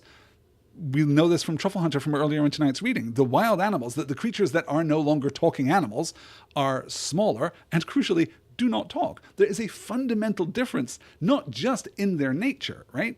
But in their being, in their capability, in their seeming within the world. So I understand what we're going for here and can kind of co-sign this moment. And I do think that it does a lot to gesture toward, to illustrate, to draw out Lucy's enormous empathy, which is very important. It's going to continue to be very important. And Lucy's relative innocence, right? I suppose there is a charitable way of reading this moment and reading Susan's response too, as indicating that to some extent, Lucy has been kept sheltered from the war, from the depredations of the Second World War. Your mileage is absolutely going to vary more even than any of the other topics that we've covered tonight. Your mileage is absolutely going to vary on that one. Please do get in touch and let me know what you think. I'm curious to hear all the available thoughts on that one. Let's wrap up. Let's do one more slide because I want to get to Aslan. Question mark. Aslan? Who can say for sure?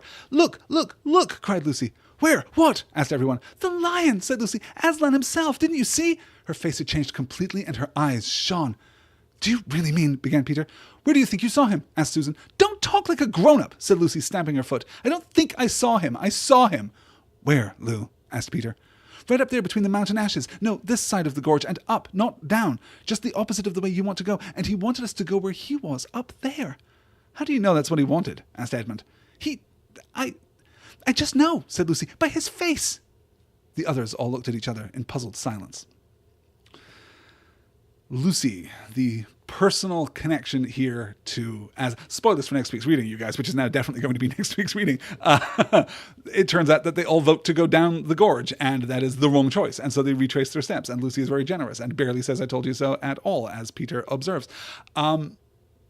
Lucy's personal connection with Aslan on the one hand and with the magic of Narnia on the other is going to be absolutely our access point for understanding the thematic landscape that Lewis is going to broadly introduce, but certainly, explore in the last act of this book. We have run very long. My voice, as you can hear, failing. I will observe, just to put this in your mind here before we skip out on this week's reading, I wanted to draw some attention to the conversation that Peter and Susan have with the professor at the end of The Lion, the Witch, and the Wardrobe, at the end of The Lion, the Witch, and the Wardrobe, with the midpoint of The Lion, the Witch, and the Wardrobe, where they're talking about whether or not they can trust Lucy. Lucy's telling the story, Edmund's saying this other contrary thing, and the professor said, logic, don't they teach you logic in the schools? Does she lie? Is she mad? Well, then she's telling the truth. Here again, we have an exact recapitulation of that, and we know it's an exact recapitulation of that because Edmund is about to side with Lucy. He is the one that remembers. He is the one who says, well, she came first into Narnia, and we didn't believe her, but she was right the whole time, and Lucy doesn't tend to lie, so I am going to believe her. I am going to have faith, not in Aslan, who I didn't see, but in Lucy's honesty, and the others are not. And we're going to look crucially at not just the simple moral lesson that the book delivers about that kind of faith and that kind of support and how we mediate our connection with Aslan through other people, right? How we allow that connection to be mediated, which we're definitely going to talk about. But also how we grow more stern and more distrustful, how we become more sure of our own capabilities, abilities, our own place in the world, our own desires, certainly, right? How we become more assertive in the world, and how that comes at a cost of immediate and intimate and generous connection with the people around us. Think on that as we move into what is now, I guess, a six-chapter reading for next week. Forgive me. Because we are going to be talking about the questioning of faith. We are going to be talking about the questioning of faith, capital Q, capital F. It's so easy when you're with Lewis just to capitalize these nouns as we go. And that really is just your chart to understanding the thematic interiority of the Narnia Chronicles. I find that so absolutely rewarding. That is going to do it, though, for this week's show because the mind, it unravels. I hope you all had a very Merry Christmas for those who celebrate. I hope you are having a very happy Hanukkah for those who celebrate. I hope you had a joyous Kwanzaa for those who celebrate. If you don't celebrate any of those things, I hope the middle of your week was super great and that you're looking forward to a holiday that I think we can all get behind, which is to say Hogmanay, right? I'm not taking ownership of it as a Scotsman, but I'm kind of taking ownership of it as a Scotsman. I hope that you have a wonderful festive occasion. I'm going to rapidly skip ahead here to put up, here we are, our schedule, such as it is. On January 2nd, 2025, I'm going to return, forgive me, with chapters 10 to 15 of Prince Caspian. And then on January 9th, our introductory session with the Silmarillion.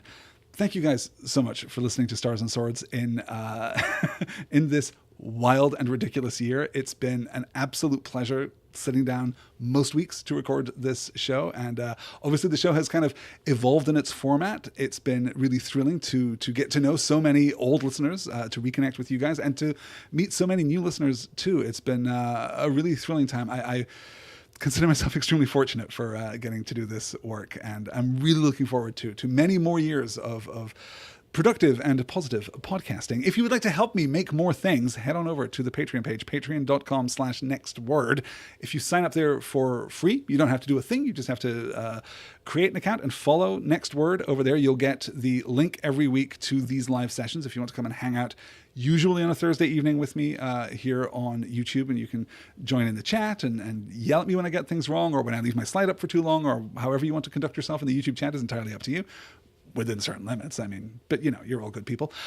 Or you can pledge your support on the Patreon page and throw me a couple of dollars a month and help me make more things and upgrade my studio system and, I don't know, buy more skulls and do all the things that you need to do as a semi-professional podcaster. Thank you, though, so much for listening. I will talk to you all again next week. Until then, take care. Happy Hogmanay, you all. I hope that 2025 is everything you deserve it to be. I'll talk to you all again in the new year. Until then, take care. Good night.